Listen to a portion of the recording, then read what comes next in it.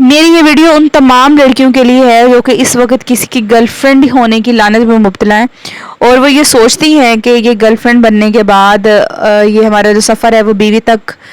پائے تکمیل کو پہنچے گا، لیکن ایسا بالکل نہیں ہے۔ یہ آپ کی اسکرین پر جو نظر آ رہی ہے ایکٹر فیروز خان ہے، اور ان کی غالباً دوسری شادی ہے، اور ان کو شادی کی بہت بہت مبارک، اور اللہ تعالیٰ اس بیٹی کے دعا کے نصیب بہت اچھے کرے۔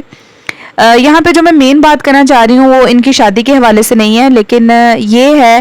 کہ جو ٹپیکل 99% ہمارے پاکستانی مرد ہیں، جب وہ گرل فرینڈ بناتے ہیں تو ان کا معیار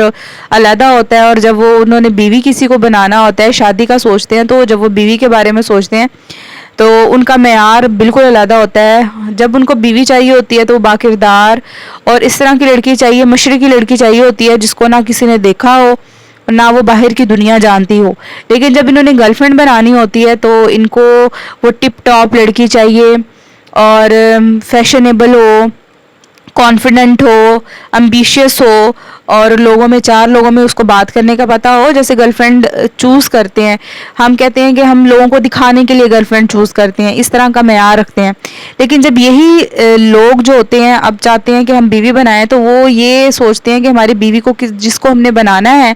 اس کو تو نہ کسی نے دیکھا ہوا ہو اور نہ اس نے کسی کو دیکھا ہوا ہو، اور وہ بالکل مشرقی گھریلو لڑکی ہو جو کہ گھر سنبھالے اور جس کا دنیا سے باہر کوئی تعلق نہ ہو، امبیشیس نہ ہو، اور گونگی ہو، جس کو آواز نہ اٹھانی آتی ہو۔ سیریسلی اسی طرح ہی یہ ایکٹر فیروز خان جو ہیں، ان کی مثال ان کو دیکھ کر ایسے ہی لگتا ہے کہ 99 پاکستانی جو مرد ہیں نا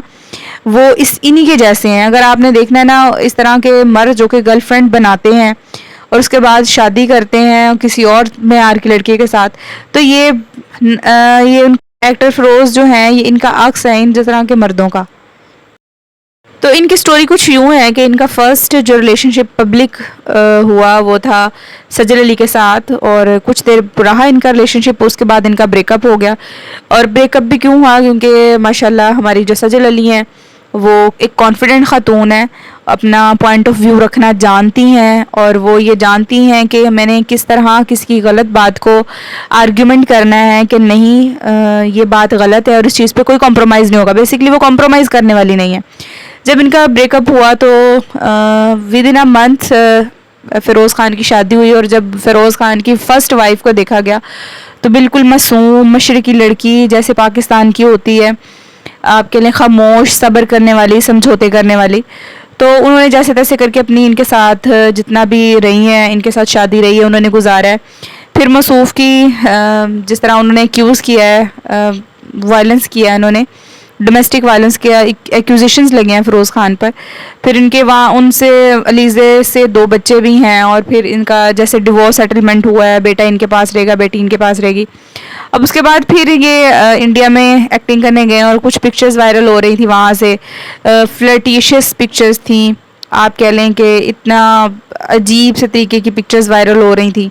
اور کسی لڑکی کے ساتھ، اور بھرپور کوشش کر رہے تھے کہ وہ ان کی گرل فرینڈ بن جائیں، لیکن وہ ہاتھ آئی نہیں۔